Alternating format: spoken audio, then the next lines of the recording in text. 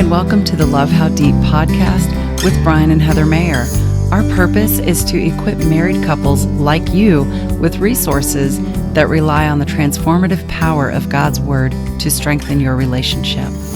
Welcome back to another episode of our podcast, Love How Deep, and I am actually flying solo today. I don't have my partner in crime, my wife Heather, here today, and it's kind of ironic because in our previous episode, we talked about being busy and how to kind of carve out time as much as you can. And so we are in one of those little mini seasons of being busy right now. And so just thought it would be best to keep the ball rolling, to keep the train going down the track. And so with that, had a discussion with Heather and said, hey, would it be okay if I went ahead and did an episode on my own? And she reluctantly agreed. And I don't like it. I would rather her be here with me, but we definitely want to continue to bring you great content. And I even told her that, at some points, I think it'd be great if she did some solo episodes as well. And so that way she wouldn't have me interrupting her and in her ear and changing what she's trying to say and all that good stuff.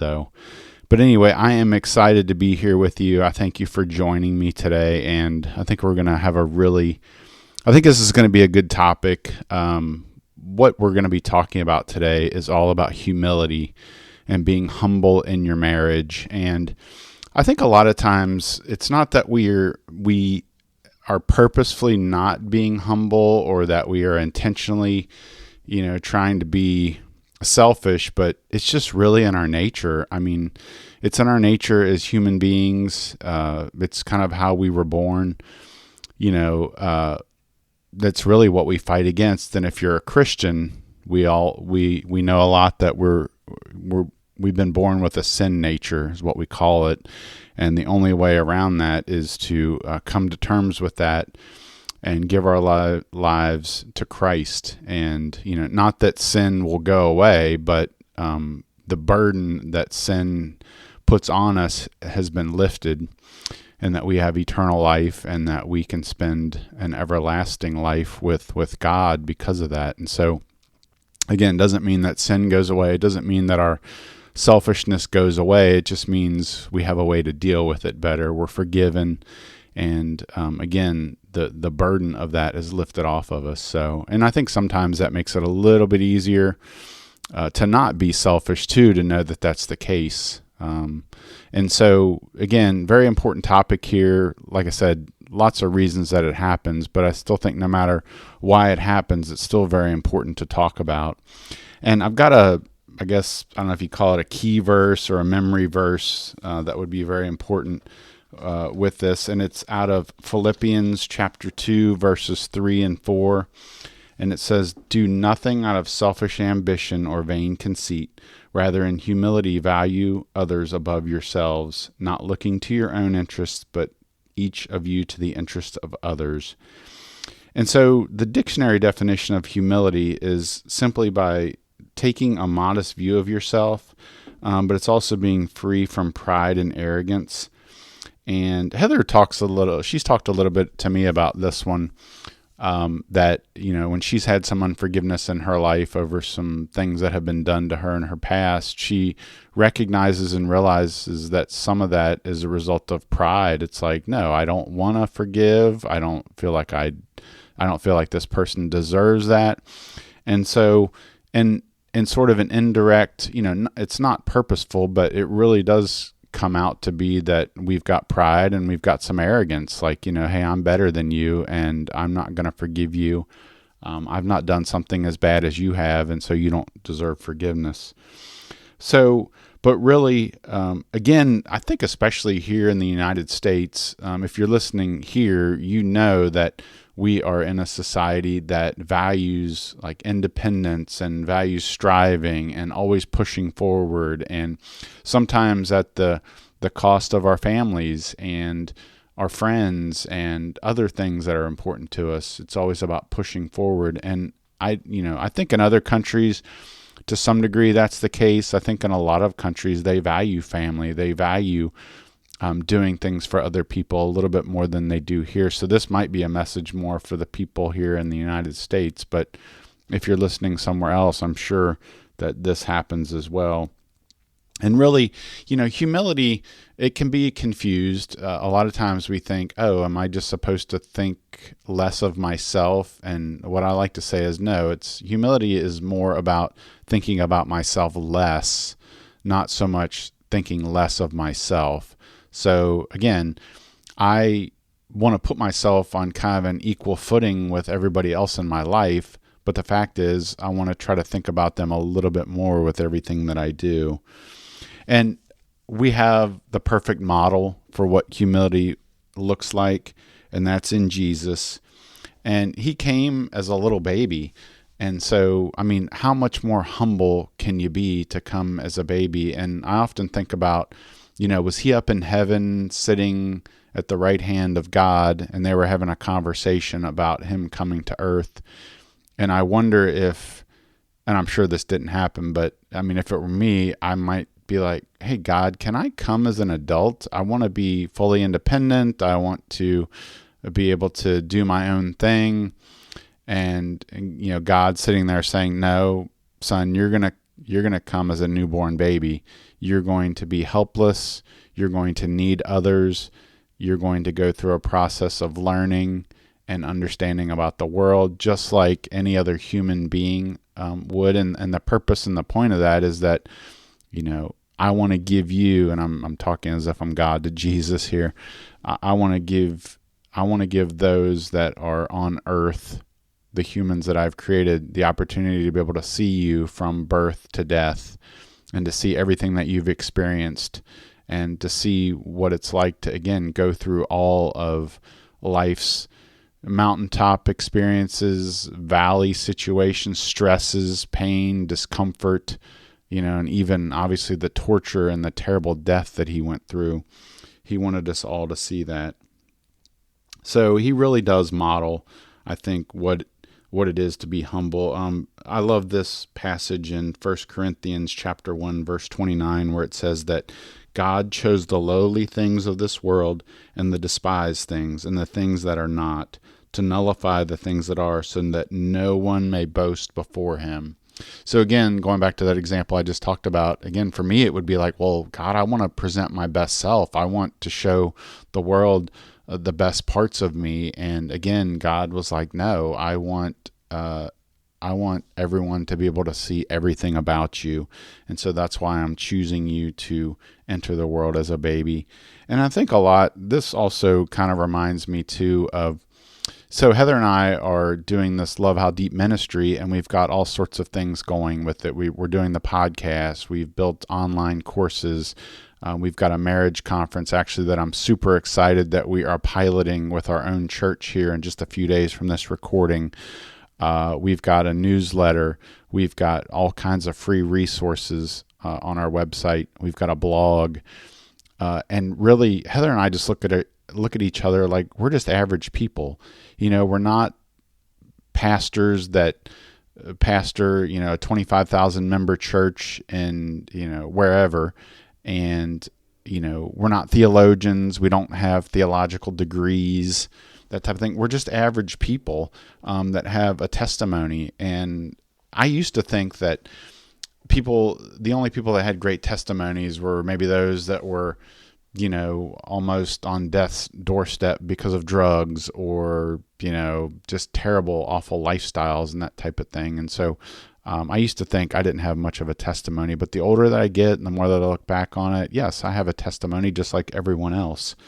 And really, God brought me just from, again, humble beginnings, just this average person now doing this. I'm just super amazed, and I don't think God would have it any other way. For sure. So, and one other thing too that I want to say is that if you think about humility and you think, well, I don't want to really practice that. Isn't that weakness? And God says, no, it's not. And he actually talks about, I don't have the passage handy, but he talks about how the honor for humility, according to him, is honor. So when you're humble, he will honor that. He will bless that. I do believe he will do that for you here while you're on earth, but also you will have many jewels in your crown in heaven because of that. So one of the things too I wanted to mention, back in sort of biblical times, I almost hate using that phrase. It sounds kind of silly, but back in the olden days, you know how we used to always say that, there was a concept called foot washing, and it was really the ultimate practice of humility. And believe it or not, Jesus actually showed this humility. And back in the day, foot washing was done as sort of a hospitality thing in Palestinian homes. And it was usually done for guests who wore sandals, walked on dusty roads, and it was typically done by a servant of the house or even the wife of the host. So men typically would never be caught washing somebody's feet. Well, as we know with Jesus, he typically turns things upside down, and before he went to the cross the night before at the Last Supper, he actually asked, or really commanded, all of his disciples that he was going to wash their feet. And really, again, just another awesome symbol of humility.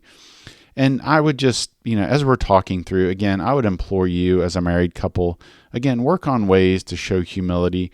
I mean, what that might look like might look different to different people, but for me, maybe it's a situation where Heather wants to do something, wants to go somewhere, wants to go to a certain restaurant, and maybe internally, I don't know that I really want to do that, but you know what, I'm going to show some humility and let her decide what we're going to do. And then I think to follow up with that, what we have to make sure of, which is probably another episode here, is that to make sure that I have a good attitude. Once I've made the decision that I'm going to be humble, I'm going to do this, then I have to get rid of the resentment, the bitterness. And I see that all so often, and I'm guilty of it myself, where I might say, yeah, sure, I'll do it, and then just act like a pill for the rest of the day because of it. And that's not right either. And I've kind of learned and decided over my life that if I'm going to make a decision to do something, then it's no longer on the other person to have to deal with my attitude, my mood. It's up to me to straighten this out. And if I don't say no, then that's all about probably bad boundaries that I'm setting. Again, probably another episode that we'll get into at some point too. But anyway, back to Jesus. So if you want to read more about this in John chapter 13, verses 1 through 15, it talks a lot about the foot washing. But it was just before the Passover festival, and Jesus knew that the hour had come for him to leave this world and go to the Father. Having loved his own who were in the world, he loved them to the end. The evening meal was in progress, and the devil had already prompted Judas, the son of Simon Iscariot, to betray Jesus. Jesus knew that the Father had put all things under his power, and that he had come from God and was returning to God. So he got up from the meal, took off his outer clothing, and wrapped a towel around his waist. After that, he poured water into a basin and began to wash his disciples' feet, drying them with the towel that was wrapped around him.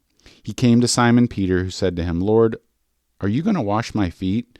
Jesus replied, "You do not realize what I'm doing, but later you will understand." "No," said Peter, "you shall never wash my feet." Jesus answered, "Unless I wash you, you have no part with me." "Then, Lord," Simon Peter replied, not just my feet, but my hands and my head as well." And Jesus answered and said, "Those who have had a bath need only to wash their feet. Their whole body is clean, and you are clean, though not every one of you." For he knew who was going to betray him, and that was why he said not everyone was clean.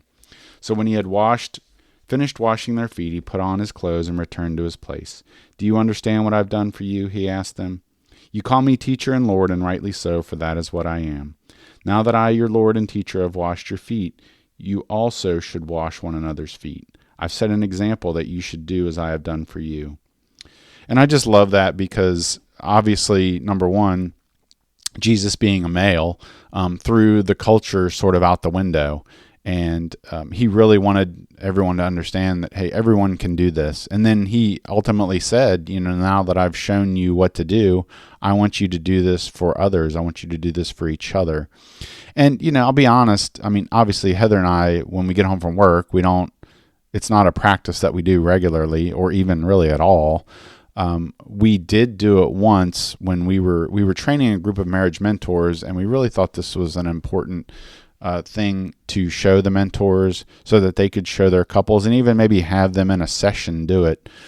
And so she and I did this, and I think honestly, in all the years that we've been married, I think that's probably the first time we've really washed each other's feet. So it was done as part of showing others, but I still think it was a great exercise.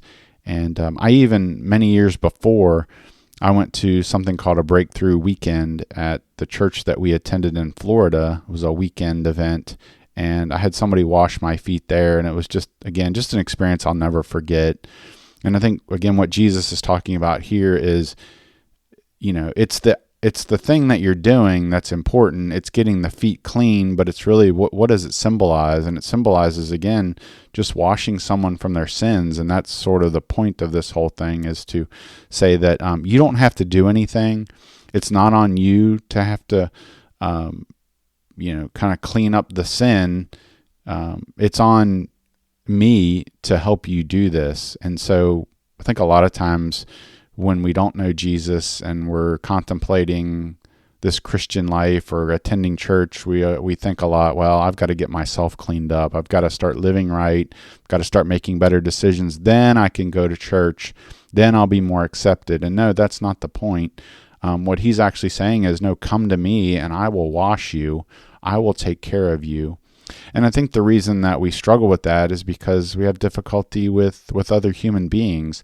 Other human beings might make it so that when we walk into the church with our tattoos or holes in our jeans or a lifestyle that might not be appropriate, or maybe we have alcohol in our breath, that, we come into contact with other human beings, we might be rejected or seen as less than. And so that kind of messes things up, but that's not what Jesus says. He says that, I want all of you to come to me, no matter what situation you're in, and I will help get things right for you. So I would encourage you, after you listen to this episode, maybe get a little tub, a small tub, get a couple of bottles of water, get a couple of towels, and practice this foot washing. It's just a sign of humility. And it really didn't talk about this, but you think about when you're washing someone's feet, you are in a very vulnerable position. You're actually bending down. You've got your head down. I mean, you could be attacked. You could be killed for doing something like this. You're not in a very defensive position. You're sort of laying yourself down and saying, I'm dropping my guard, I'm dropping my walls, and I'm going to take care of you just for a moment. So it's a very humbling experience. I think it would be one that the two of you would remember for a lifetime. And then once you do that, as what Jesus said, model it for others, tell others about your experience, and even maybe show it to them, do it for them. I think it'll be an experience that won't be forgotten. And we do this. So this session on humility that I'm talking about, Heather and I have a marriage conference that we have put together, and that we go out to different churches and we do this marriage conference, and it's got 9 sessions, and one of the sessions is on humility because it's extremely important. And we're super excited. Like I mentioned before, we're actually piloting this marriage conference with our church. Just doing a real small, intimate gathering. And then our hope and our plan is to take it to our church at some point here in the next few months as a whole. And then from there, we really want to expand out. And so if you're listening to this and you attend church, or even if you're on church staff, I would highly consider you reaching out to us.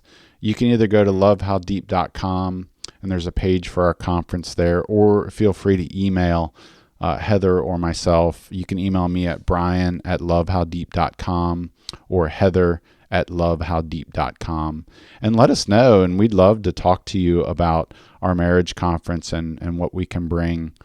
And I think you would be super excited about having your couples go through this, or having your church go through this. So don't forget about that. One of the things that we do during the humility portion is we take a look back. It's kind of a silly look back into the 1950s and 1960s. And it's crazy, some of the advertisements and how women especially were portrayed back then. And for the most part, I think women accepted it and were okay with it and weren't offended by it. But it's amazing how, like, there was one advertisement that I saw where the man is actually spanking his wife because she didn't taste test his coffee before she served it to him. And that's what the advertisement's showing. And it almost seems like the wife's actually kind of enjoying this. And so you kind of see how far we've come. It's like, yeah, that's probably not acceptable at this point. And again, we can get into the whole discussion about submission.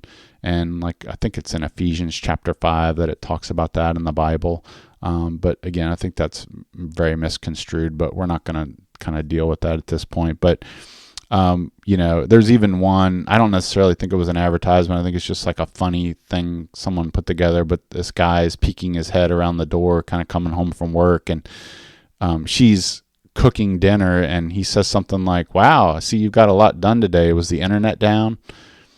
And again, not an extremely humble way of speaking to your wife. I'll just go on record to say, hey, men, if you listening to that, that's probably not the best way to be humble.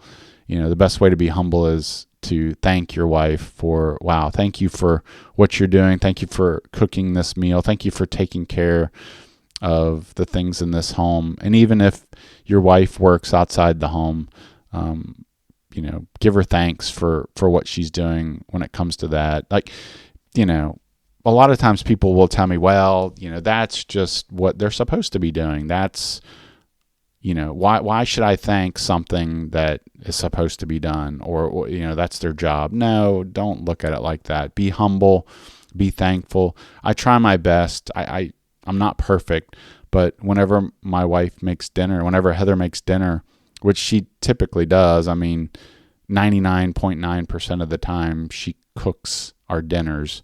The other 0.1%, I'm doing it, which I don't even know if I can even remember doing it. It's been a while, but I'll say thank you for doing that. I don't look at it like, well, this is her job. This is what she's supposed to do. No, as much as I can, I try to remember to thank her.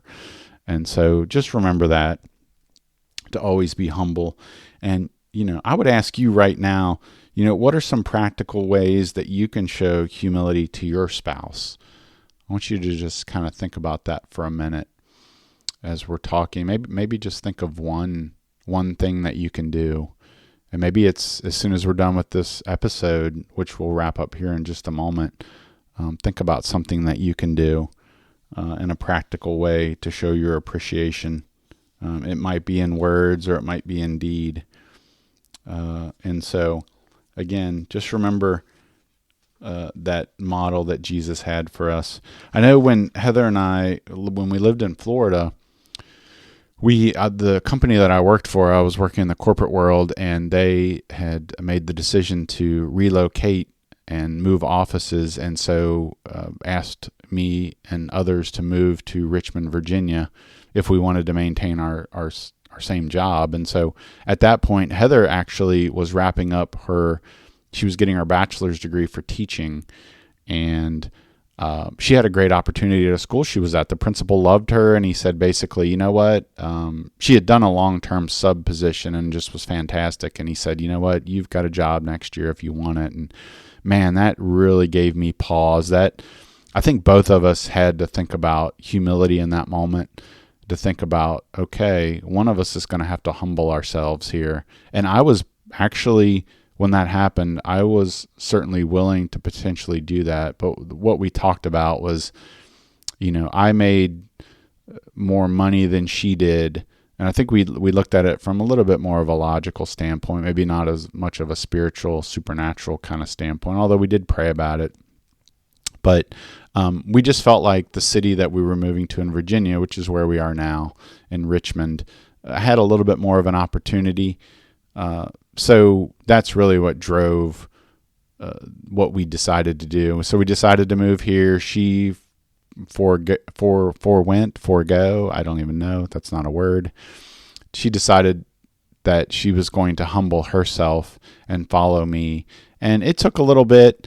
It was during the time when we were having, some economic, crises, if you will, here in the United States. And so getting a job was pretty difficult at that point. But it took a little bit, but she finally did get a job. And now she's at a place that she absolutely loves and has been there for years. So it definitely all worked out. And we give the credit to God certainly for that. But that was probably a pretty big example of being humble. I'm not saying that you necessarily have to do that when you get off the podcast episode, but it might be even just something small. So I think that is probably everything I wanted to share about humility. It's a very important concept in our relationship.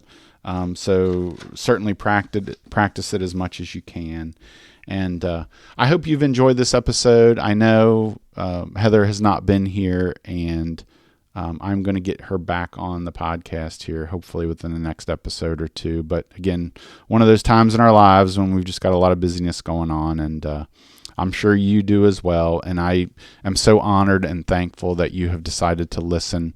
It means so much. You just have no idea how appreciative we both are.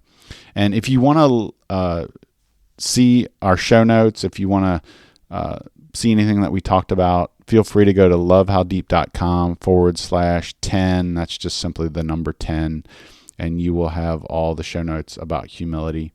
And then one final thing too, I would recommend highly to go to lovehowdeep.com /newsletter, sign up for our newsletter, and you will get everything that we are doing. You will stay in touch, and I think it will bless your life. All right, with that, I will go ahead and sign off, and I will see you all next time. Take care.